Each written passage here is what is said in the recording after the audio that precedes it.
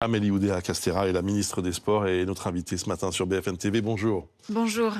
La consternation, l'indignation sont générales depuis hier soir. Quel est votre sentiment? Alors, quel est le mot qui traduit le mieux votre état d'esprit après ce qu'on a vu hier à Marseille? Oui, la révolte, le dégoût. Je pense qu'on est tous absolument écœurés de ce qu'on a vu, qui est quand même gravissime. Ce visage ensanglanté de Fabio Grosso, les 12 points de suture, les bus caillassés, parce que c'est pas qu'un bus, c'est aussi les bus des supporters. Bon, et puis, sans parler de ce qui s'est passé aussi après dans l'enceinte du stade. Et dans la tribune des Lyonnais. Que vous condamnez également, évidemment. De gestes antisémites, de chants homophobes. On a vu le cocktail de tout ce qu'on déteste au plus haut point, quoi, hier soir. C'est vrai que c'est à peu près le pire de tout ce qui peut arriver, qui s'est donc produit en quelques heures hier soir à Marseille. Au-delà de l'indignation, est-ce qu'en tant que ministre, vous avez aussi des questions, et j'allais dire même plus que ça, des doutes ou des soupçons sur ce qui a pu se produire, et qu'est-ce que vous allez faire? Je pense que d'abord, au-delà de l'indignation, il y a aussi une pensée que je veux avoir évidemment pour Fabio Grosso, toute l'équipe de l'OL, mais aussi pour les supporters et les gens qui s'étaient rendus dans ce stade. Ils étaient 67 000 pour aller vivre un bon moment de foot entre deux équipes assez emblématiques, et dont la fête a été totalement gâchée. D'ailleurs, je salue le calme avec lequel ils ont évacué le stade, ce qui est au fond la seule bonne nouvelle de cette soirée. Mais est-ce que c'était une erreur d'ailleurs de faire venir les supporters lyonnais? C'est une décision qui a été difficile à prendre, on le sait, par la préfète des Bouches-du-Rhône. Frédérique Camilleri, la préfète de police de Marseille, elle a fait un travail très approfondi de préparation de cette rencontre avec l'ensemble des associations de supporters concernées. On organise ces rencontres de Ligue 1, de Ligue 2, c'est quand même pour qu'à un moment, les supporters puissent s'y rendre dans ces stades. C'est quand même ça le but. Donc, on avait, compte tenu d'événements au cours des dernières années, des derniers semestres, restreint radicalement les déplacements de supporters, et souvent on les avait interdits. Là, il se trouve que les choses allaient un petit peu mieux, donc on a un peu rouvert les choses. Elle avait préparé très précautionneusement ces déplacements-là.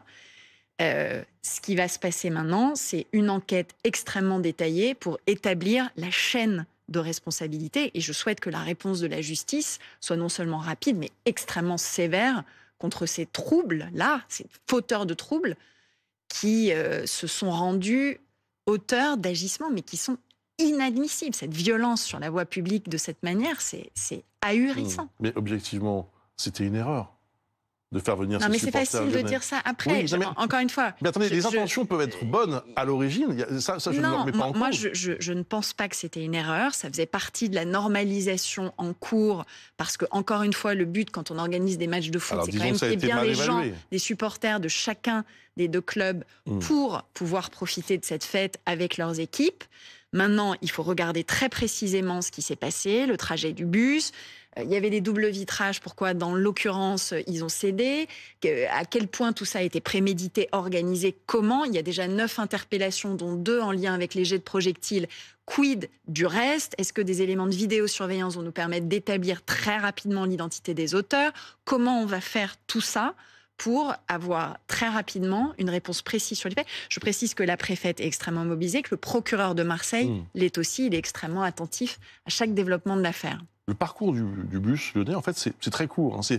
C'est une dizaine de minutes, normalement. Là, il a mis 35 minutes. Avec un itinéraire qui n'était pas l'itinéraire habituel, qui était, semble-t-il, rendu en partie impraticable à cause de travaux, d'après les éléments que j'ai. Ouais. Est-ce que vous avez d'autres éléments sur ce parcours qui pourraient expliquer... cette enquête, elle va être menée dans le détail. Ce qu'il faut, c'est, d'un côté, une enquête et une réponse judiciaire à la hauteur, avec... une sanction extrêmement sévère contre ces auteurs de violences inadmissibles. Il y a eu 9 interpellations. Et puis après, de l'autre côté, il y a ce qui s'est passé avec ces gestes antisémites, ces cris racistes, ces chants homophobes. Là, je me félicite que la Ligue de foot professionnelle se soit déjà saisie sur le plan disciplinaire, parce que pour le coup, là, c'est dans l'enceinte du stade. Et c'est pareil, ces actes-là, qui sont d'une gravité très élevée, doivent donner lieu à des sanctions exemplaires et notamment des interdictions judiciaires de stade. Ces gens-là, c'est dehors de nos stades et durablement. Des IJS, les interdictions judiciaires de stade, c'est 5 ans. Dans la loi de mai 2023, on a durci cet arsenal en prévoyant que ces interdictions judiciaires de stade deviennent systématiques quand on se rend auteur de violences ou de provocation, d'incitation à la haine et aux discriminations. Quelle est la responsabilité du club de l'OM, en l'occurrence, pour ce qui concerne ce qui s'est passé autour des bus et des supporters marseillais? Je pense que l'enquête va permettre d'établir précisément cette chaîne de responsabilité. Il y aura très certainement plusieurs supporters dans le lot. Les premiers éléments dont on dispose montrent qu'ils n'agissaient pas sur commande des grandes assauts de supporters. Donc, ce n'est pas quelque chose d'organisé à l'échelle, bien sûr, des supporters de Marseille. Il reste qu'un club, quand il y a l'un de ses supporters qui se rend coupable de tels faits, des sanctions, là aussi, exemplaires doivent être prises. Suspension immédiate de l'abonnement, interdiction commerciale de stade, durablement. Mais là, vous parlez de sanctions, j'allais dire, individuelles. Est-ce qu'il ne faut pas aussi des sanctions au niveau du club? On va établir la chaîne de responsabilité, pas d'éléments tabou. Mais c'est la LFP qui fait ce qu'elle veut, en gros. Non, pas du tout. Ces éléments, ce qui s'est passé, ces violences ont été commises sur la voie publique. Donc ça n'est pas de la responsabilité directe de la Ligue de foot professionnelle ni des clubs. En revanche, les agissements des supporters, bien entendu que la Ligue de foot doit regarder de très près, que les clubs vis-à-vis de leurs supporters ont un rôle majeur et que le dialogue avec les associations de supporters pour qu'il y ait un changement de culture en profondeur, sur tous les sujets qu'on a évoqués, les sujets de discrimination d'un côté, les sujets de violence de l'autre, se passe enfin. Là, il faut un sursaut.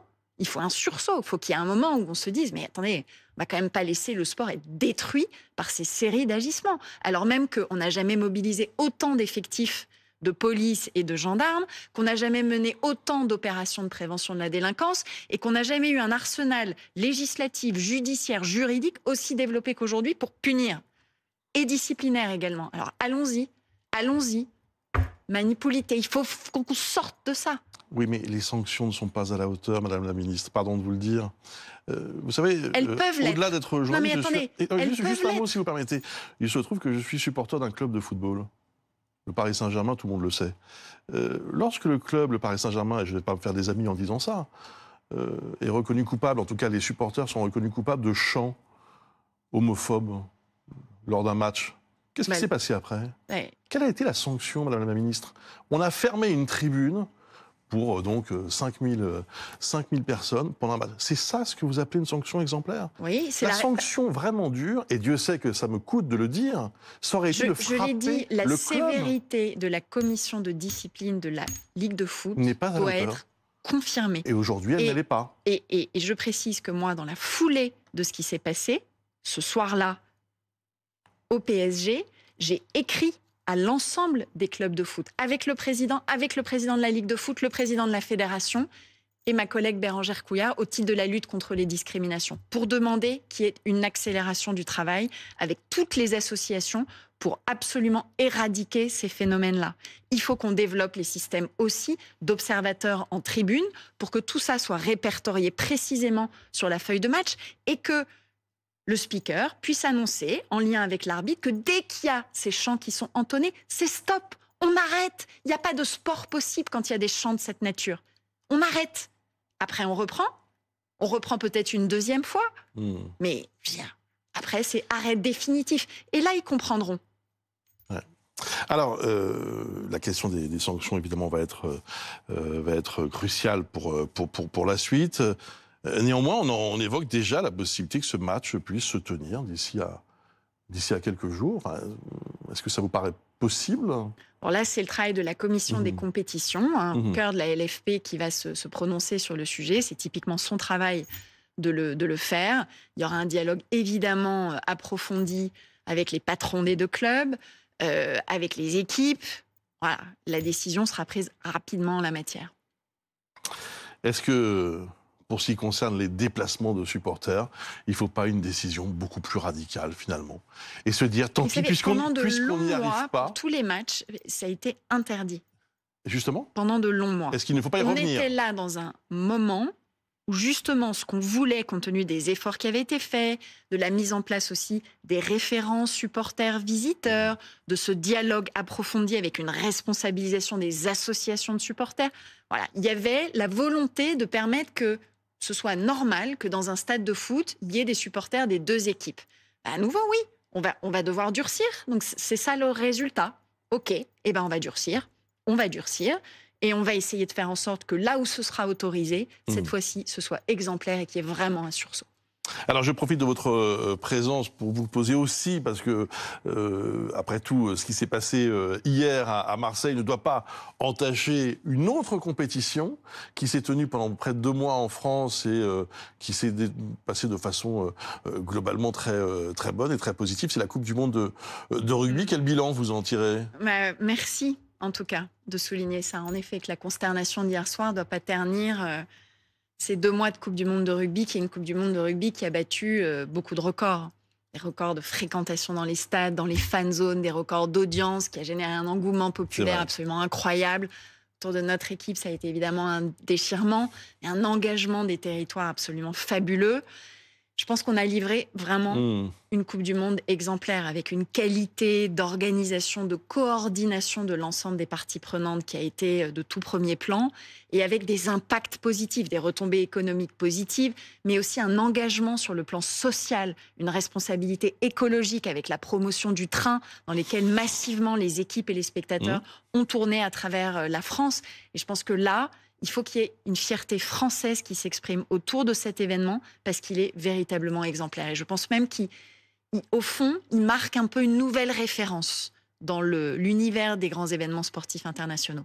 Parce qu'il y a une réussite sportive, il y a une réussite économique, il y a un engagement social, il y a cette responsabilité écologique. Et au global, on démontre que ces grands événements peuvent être solidaires, peuvent être durables et peuvent être utiles pour la promotion du sport dans notre société. Bien, c'est important de le souligner aussi. Oui. Merci beaucoup Amélie Oudéa-Castéra. Merci d'avoir vous. répondu à toutes nos questions ce matin, après donc, ce qui s'est passé à Marseille et aussi donc, au sujet de cette Coupe du Monde de rugby.